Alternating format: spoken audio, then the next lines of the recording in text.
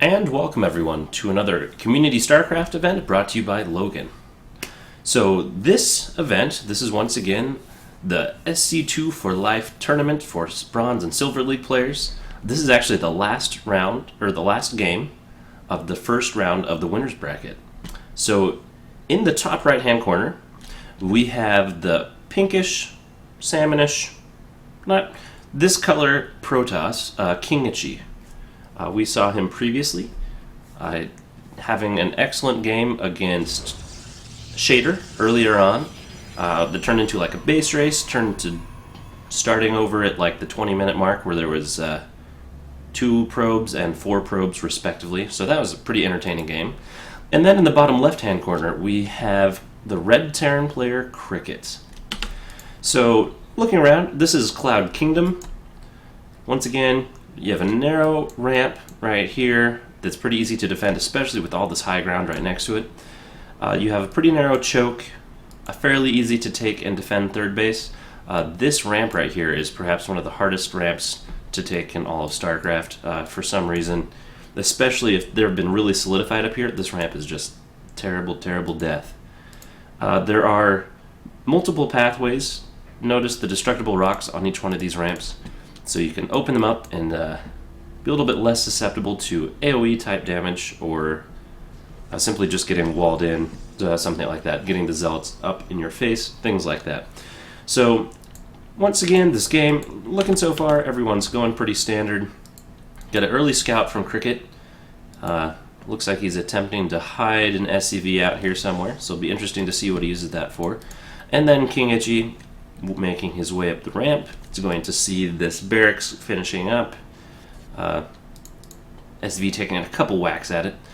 We do have a gas already down though for Cricket, so once again, the sooner you get gas, the more likely you are to apply pressure. Checking it out, it appears that they both got gas roughly the same time. We do have the Zealot popping out, the Cyber Core. So one gate, Cyber Core, looking they'll probably go for some sort of Stalker Sentry. Now it's just a question of the number of gateways in that composition. So workers being very active. Got another worker hanging out here. I love this, taking these double watchtowers. That's always a great idea. Simply because the vision that it provides. You notice that that's a huge swath of uninterrupted vision. Be able to see the units that pop right out of the opponent's base. They could go the long way, but once again, you'll catch them on this side. So watchtowers are always important to take. We have Warp Gate being started, and a Stalker popping out. Looks like he's starting to float a little bit of money. I'll be interested to see what he does there. Remember, in StarCraft, it's important to keep your money low unless you're saving up for something specific. So basically, it's just because if you don't have your money working for you, you're basically not doing as well as you could be. And usually at the very beginning, yeah, here we go. We have the early expand with the pylon. Usually at the very beginning of the game, it's quite easy for most people to keep their money low. However, as the game progresses, it becomes increasingly difficult to keep that money low. Professional players are often in the 200-300 minerals and 1-200 gas area. Anything past that is considered a FUPA. So once again, so we have some Marines coming out. They get a free probe. However, that does indeed warn Kingitchy that something is amiss. We have another worker coming along with it. I thought I saw an expansion going down. So we do have the orbital command. We do have another barracks behind this push. So 1 racks, 2 racks. There are 2 more gateways going down at the moment. So this is a 1 gate expand into 3 gate. So there's not that many units out right now. So really depending on when when Cricket decides to push, this could be a little bit difficult to handle. However, now with the sentry here, remember it was 1 gate versus 1 barracks. Really isn't too much difference in the army's values. It's really quite similar. The Stalker getting a few free shots off. Cricket wisely backing off, deciding that's not a fight that he'd like to fight. Especially with the defender's advantage in StarCraft. Because generally it's the shorter reinforcement paths, and frequently you have a high ground advantage. So it's very difficult to push up ramps in StarCraft. It's just something to be aware of. An expansion going down for Cricket. This is actually fairly early. Of course, it's not near as early as Kingitchy's, but once again, this is not necessarily a late expansion, especially at this level of play. We have the bunker going down. He's feeling a little bit of pressure. He saw, once again, 2 stalkers, a sentry, and a zealot, wanting to feel pretty safe at home while he's taking this low ground expansion. Because remember, building it in the base is nice, but it actually takes it a long enough time over here. The building on the low ground actually gives you a few hundred more minerals. So it's just something to be aware of. We do have back home, Kingitchy is starting to macro everything back up. He's getting both gas geysers immediately, although he's still missing this one here. Be interesting, he is definitely wanting to get some gas. It looks like he's going to be spending that on some upgrades and a robo facility, my mistake. However, still not using this one. He is now creating another one, so with such a heavy emphasis on gas, it's looking for some type of high tech, possibly with the robotics facility. It looks like probably potential Colossus on the way. So 2 base Protoss with Colossus can be quite intimidating. We do have back home Cricket catching back up, added a factory on and a starport.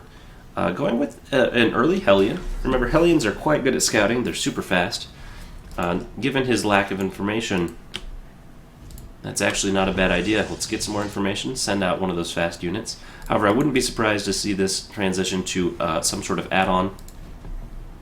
And a missile turret going down, wanting to make sure that no observers get anywhere near his base. Remember, if you're playing a Terran opponent, it's much more common to see a missile turret right here, because missile turrets can actually detect farther they can shoot. They're similar to siege tanks in the way that they have longer vision. Well, siege tanks can shoot farther than they can see, so missile turret is the inverse. That Hellion getting taken out mighty quickly between a few stalkers and 2 or 3 swipes of the zealot. However, Cricket now does know that there is an expansion there. He knows that he is not ahead because of this expansion. However, he's probably also not behind. Looking at the army count, it looks like Kingitchy has a little bit of an advantage right now. Once again, that's only 2 or 3 stalkers or a marine. He does salvage the bunker. He's wanting some extra cash at the moment, because remember, Terran can salvage bunkers, and that's a marvelous thing. You get 3/4 of your resources back. So when in doubt, you feel pressured, throw up a few bunkers, get them all back at the end. It's almost a free defense, just in case, other than the mining time. So the worker count, the army supply is looking pretty similar. Worker count is also pretty similar. We have siege mode going down, another siege tank coming out, reactor on the starport, most likely for medevacs. This is an excellent choice. I really love to see, because remember, these chokes are very difficult to push up, particularly when there's a concave up here. So anything you can do to make this ramp wider will always help out. Kingitchy, noticing that happening, he's going to give chase. Cricket doesn't have stim, he cannot run away, so it's just a few more seconds out, 60 seconds, 50 seconds out. A good force field to catch 1 or 2 more Marines. However, that actually prevented him from chasing the army any further. Now Cricket, with a siege tank, is feeling a little bit more bold. Feels like he might be able to take on this army with this additional firepower. However, Immortals are quite good at tanking siege fire. But siege tanks are remarkably effective against stalkers. So this could go either way. We do have some misrallied probes. Nothing really too serious. We do have stim finishing up. We have armor on the way. What else do we have? Yeah, we have concussive shell, but no combat shield yet. So we have stim. Remember, when Marines stim, they lose 10 hit points. So once these guys stim, they'll be down to 35 health. Would like to see him siege up this tank. There we go. Good range. He's going to start baiting the units back into it.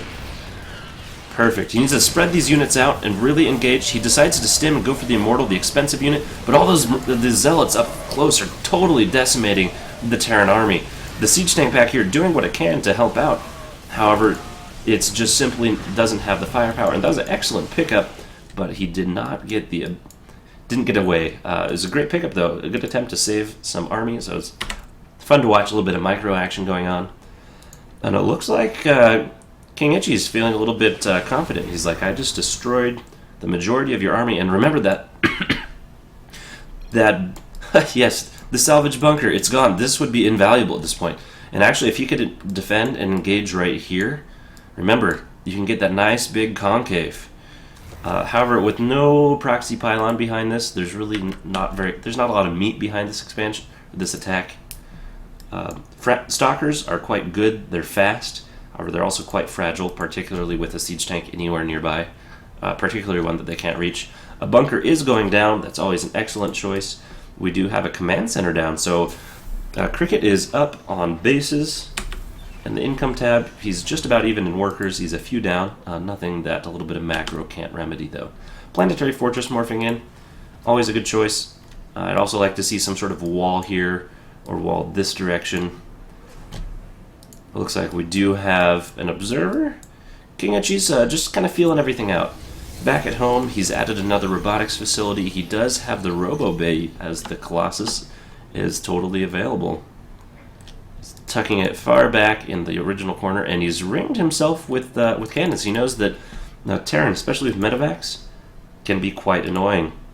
So defending himself is actually an excellent move. The farther along you get in the game, the better idea it is to throw some static defenses in the back, especially when playing against a Terran.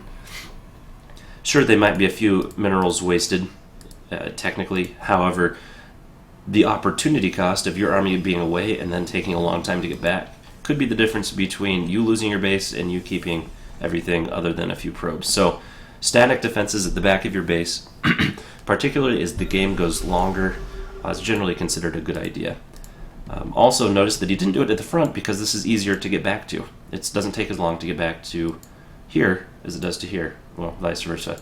So we do have an attack. It looks like he's going to be attacking here. This planetary fortress would be an excellent place to defend.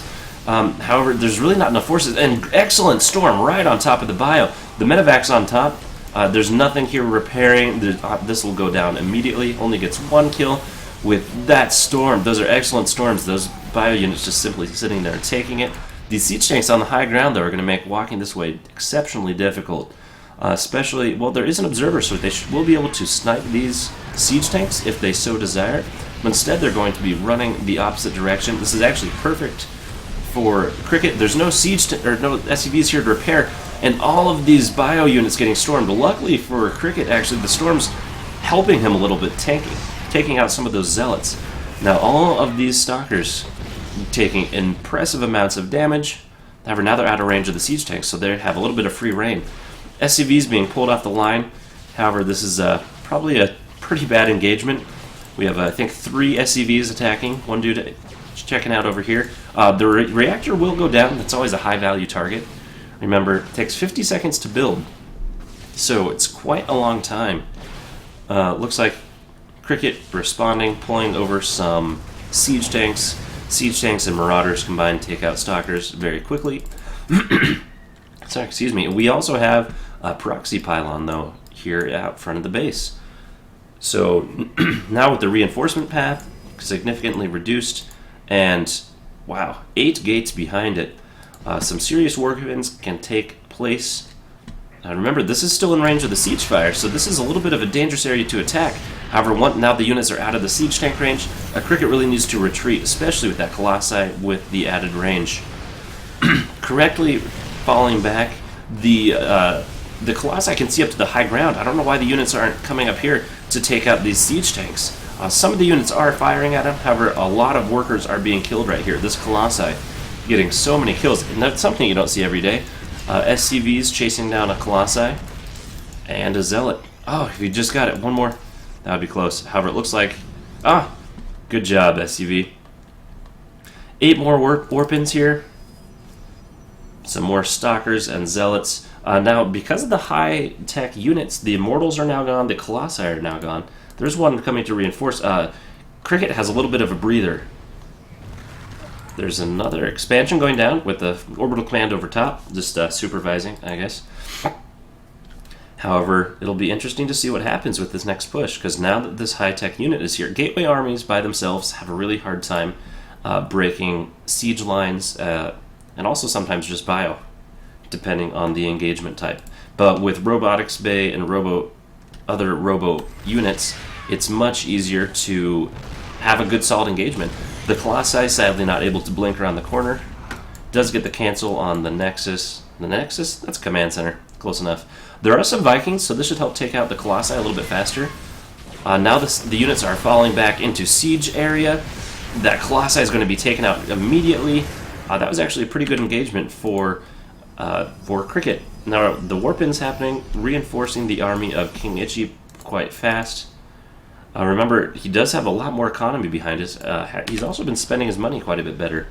There's simply just not enough production facilities here with the bank that Cricket has. Whether not, there we go. Now we're seeing some macro happening.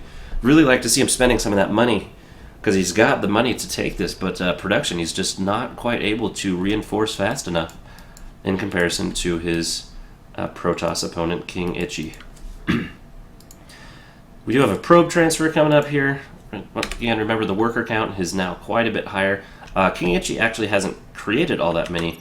However, it's just the units killed, most of those coming from a Colossi. Now this is quite dangerous. Stimming into this choke point. Anytime you can get a concave on your opponents in Starcraft, that's excellent. If you could have engaged up here while all that army was there, you could have taken out a substantial portion of it. However, engaging farther away or right in the middle of it would have been terrible for him. So I'm glad to see that he fell back. The stim, now the Marines have combat shield. They're up to full 55 hit points. And enough medevacs here to actually heal everything.